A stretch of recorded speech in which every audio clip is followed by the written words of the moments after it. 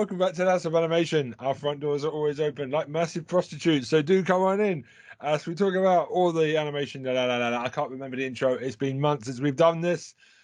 I am your host, Ben Gilman. I'm joined by Tara Chloe and Troy Salmon as always. I'm not even doing nicknames anymore. I can't be bothered. I haven't done the homework. I don't care. I'm here to talk about anime, see the films.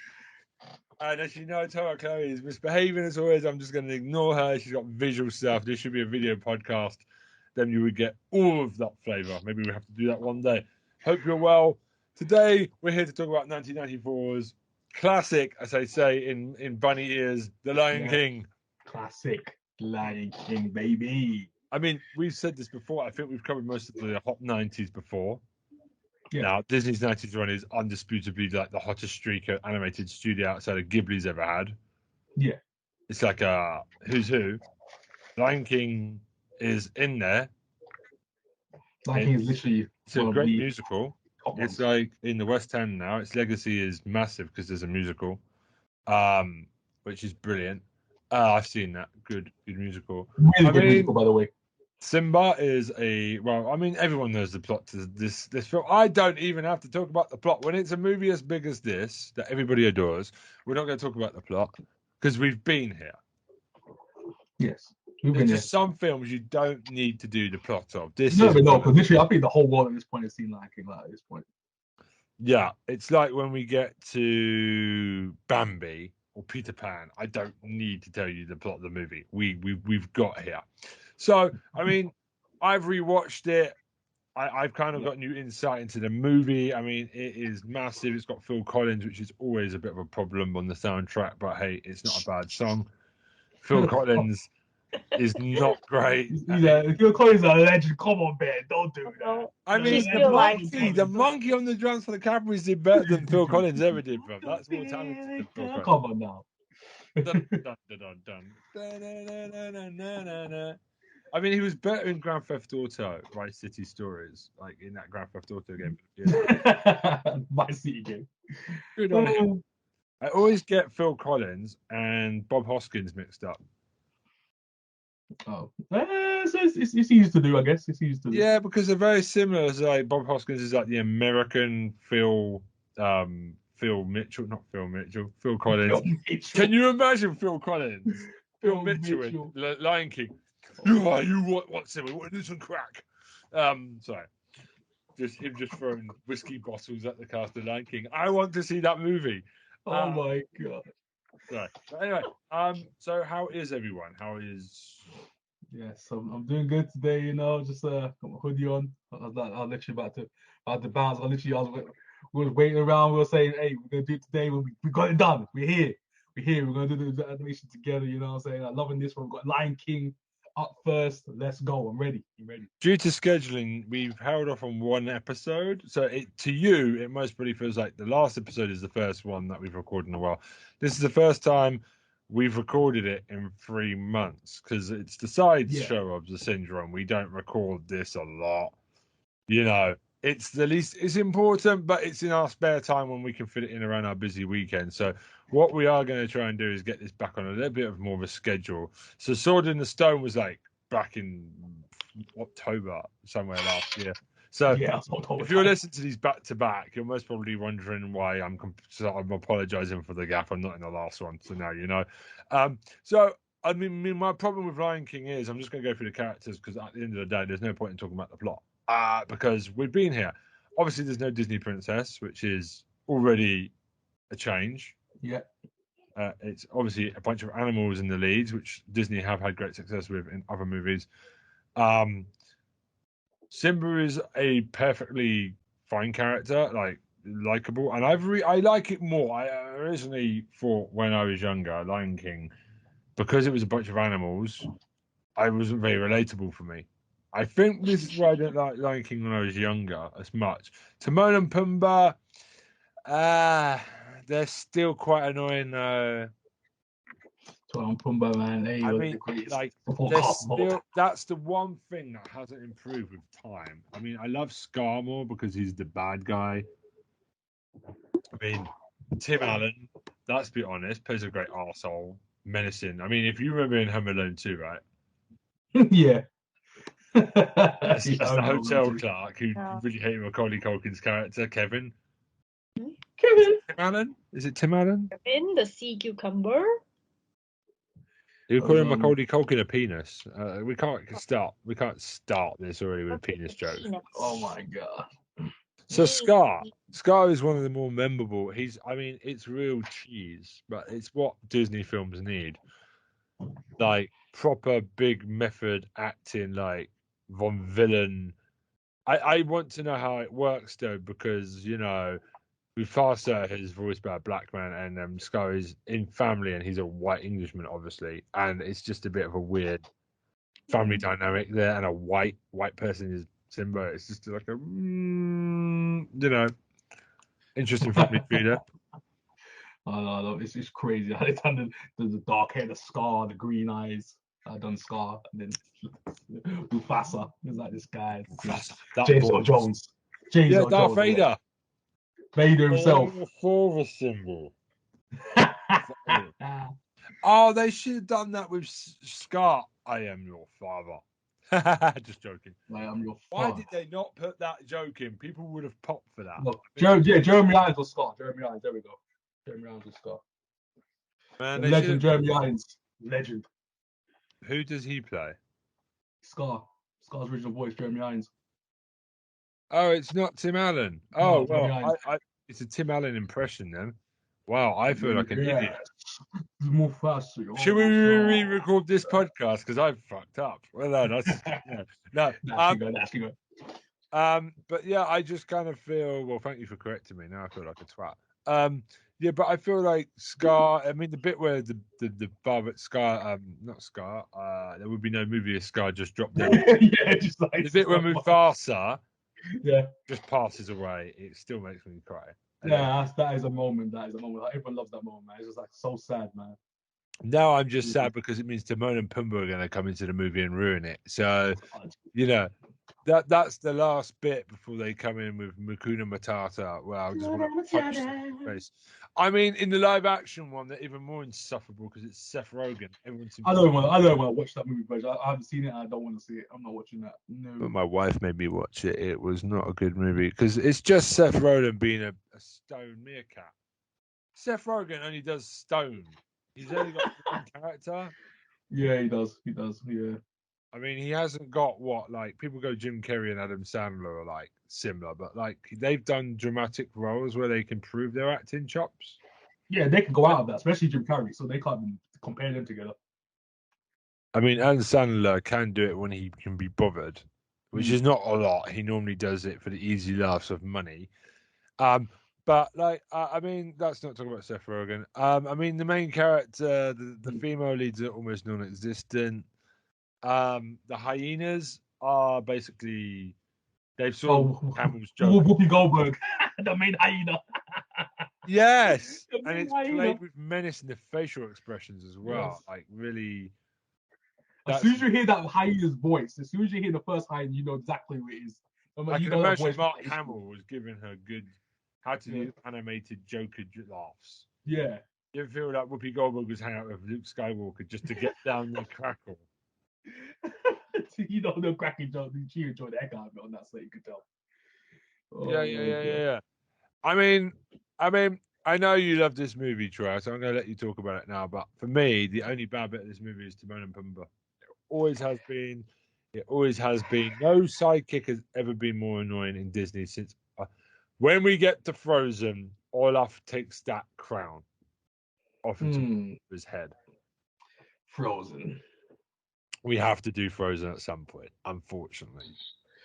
It's got to be done because it's common now. It's Frozen. Like, that movie needs a drop kick in the face because it is the most overblown movie of all time. Like people hold it up as like it is the Citizen Kane of like, anime. yeah, like this is basically Citizen Kane level of like greatness. The people say, but I'm like, nah, it's not never that much. But Anyway. yeah, Lion King, man, one of the greatest movies of all time. Disney, because to be honest, for me, it's the best Disney movies of all time. The best. I wonder what score he'd give it. Is it 1-0? I kind of showed my hand there a little bit, you know what I'm saying? But You wouldn't be good at fucking poker, I'm telling you. no, I can be good at poker. I just be smiling the whole time. But the only thing is literally they just see you smiling on throwing cards like Bad smiling the whole card, time. good card. Just That's the it. same smiling The face. perfect poker face, just smile. But at the same time, Lion King is like one of the best of all time, but to most people as well. The score, the people who were singing, so Elton John, almost everyone at the time. It was like a great on the soundtrack of that movie. And it had the perfect times as well. When it needed to be sad, it was sad. When it needed to be happy or upbeat, it was a happy and upbeat. Yeah, man, it's just greatness, man. Even the animation was like at its time was like really good as well. The animal kingdom displayed in the movie was very good as well.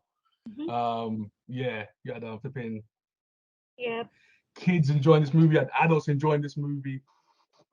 Let's not Plot forget was solid. Rafiki. We have Mr. Rafiki. Yeah. The Yes, monkey king monkey. himself, Rafiki. Yeah, so he Love yes. the monkey. Yes, Tara. It's a great one as well. Rafiki. Yes, our iconic Yes, Rafiki. And he Yes. carries Simba up like that. Let me show you how it's done. Oh, Oh God. my gosh. Yes. Literally I did that. it to a cat before. I'm gonna do that to all my cats like in the future. You gotta lift them up, yeah. Yep. But yeah, They're she's very tired on Instagram. They're gonna be like, "Oh, God's sake, this again? Fine."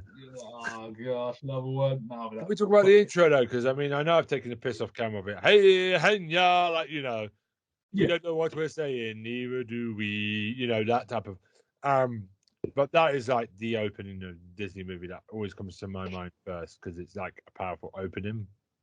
Yeah, so it's a great opening, by the way. It's setting the scene of the movies, like the animals rushing by, the faraway shots, panning shots. It's got different camera angles of different animals coming to the shot, and you like see the visual of the main part of the Pride Lands. It's this high, steep part with Mufasa and usually speaking to people, or like Simba later on in the movie, that same mountaintop. And then, yeah, man, it's great intro, bro. Great intro, great rundown as well, great voiceover. The musical numbers, I Just Want to Be King is obviously like the number one song, and it's not fucking Hakuna Matata. That can fuck off. Oh, don't start, please. No. No. We're not doing that song. Copyright. No. Timon and Pumbaa, who are a gay couple, I give them that. They're obviously Oh my gosh, this guy, bro. ahead of its time, but they are punchable. Both of them. One of them would have been fine. Two of them, and I can't remember think which one's more annoying. Which one would I murder? Oh my god. Maybe Pumbaa, because he's very meaty and you can have a feast after murdering him. True. True. Timon is just skinny little like water. anchovy. Yeah, Timon's a skinny little anchovy. That's the one that should die then, because he doesn't shut the fuck up. There we go. Get rid of him and keep Pumbaa. Done. Yeah, Pumbaa is meaty. Pumbaa is very meaty. If you kill him, you're gonna feast for 1 week. Pumbaa's not the annoying one. It's Timon who doesn't shut up ever during the movie. He's always wisecracking. Just shut up. He's a market.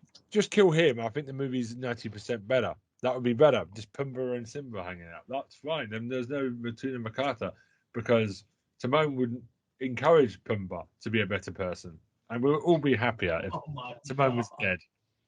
Wow! Oh my gosh! All right, this guy's just piling on Timon and Pumbaa, man. It's supporting class. They are the most annoying sidekicks outside of Olaf in Frozen. It is a No, that's why Pumbaa was so good, man. I even had, you know what? They even had the toys. When it came out, like Lion King had the toy, had the Mufasa toy, had the bonfires. One of Pumbaa toy. Oh, that was good, man. Good times, bro. So good. But I'll say, man, I can't say no more, man, because Lion King, for me, is the greatest. So I want to hear what you guys say about this movie as well. So do you want to know a fact? This is before the Avengers and Blue People from Avatar. At the time of its release in 1994, was the second highest grossing film of all time. in 1994 behind Jurassic Park. Before Damn. Titanic, before James Cameron and Marvel decided to block up that top 10. Like, Okay. that's pretty... And shitty Harry Potter movies. Damn. Okay. That's pretty amazing. It was the biggest grossing Disney movie ever. That is a great achievement. Oh my god! Because that's what I'm saying. That's how powerful and strong this movie was. Yeah. Everyone watched this movie. Everyone loved it. So good. So good. I mean, this is like the Black Panther of like, because it's set in Africa, it's celebrating Africa. Yeah. It's way ahead of its time. Nobody ever brings it up about The Lion King. I watched this movie and I was like, this is really cool. It's in Africa. It's somewhere a bit different. And I think, like, people say Black Panther is like an important movie. I would put The Lion King alongside it in terms of showing diverse. 1994, you're not getting many positive stories set in Africa. I know it's talking lions and stuff, but it's a nice scene change. They do a good job of it, except for Timon and Pumbaa. So, you know, I mean, you know, I'm sorry, God. I'm not letting it go, Troy. This movie let is it go. good. This movie doesn't complicate things. It's a very simple film. The best Disney movies are. I think it is a great. It's just I'm gonna have to take Timon and Pumbaa. If they didn't turn up, this movie's a 10. Seriously, you can see the first half of that movie after the Stampede. It's perfect. Great movie. And then he meets Timon and Pumbaa, and I'm just like, I'm gone the second. He's taken out of it. Ben's taken out. He's taken out of it. No, the bit where Timon and Pumbaa. Okay, let me break it down. The finale, there's not a lot of Timon and Pumbaa because they tend to be off in the side. When it becomes with Scar and Simba, it's fantastic. There's that little bit in the middle where he's just with Timon and Pumbaa where I'm just like, oh, this film's like, it's hit a dippy bit. There's a little half an hour bit. Right, when they go off into the wild, when he first meets them in the little music. And there's too much comedy. And Timon and Pumbaa, if they were done smaller amounts, it'd be funny. But it's not because it drags on for too long. That's the problem. If they're just cutting down Timon and Pumbaa a bit more, you're looking at a perfect animated movie. Okay. What does Tara think? What does Tara think about that? Tara think? Yeah, because we've got our points. Yeah. Well, not much actually, but I think it's a nice movie. It's nice, just a nice movie, just an okay movie. Yeah, I quite. Okay. It's alright actually. Yep. Okay, so she's in the middle. She's in the middle of that. This movie, which is good, but she's in the middle. I think okay. What we need to do is at some point we need Troy to count up all the scores that he's got in his little book, and we need to do a top 10 movies. Troy would like Lion King to be very high.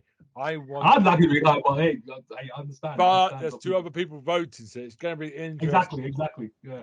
Going to be interesting to see where Lion King goes here, because I think it might get a bit hammered. Not hammered. Yeah. It might be back a little bit. Because especially the anime stuff we've done, they're really high. So yeah, I would like you to try and get that ready for this next week's 139 episode after the Essex one.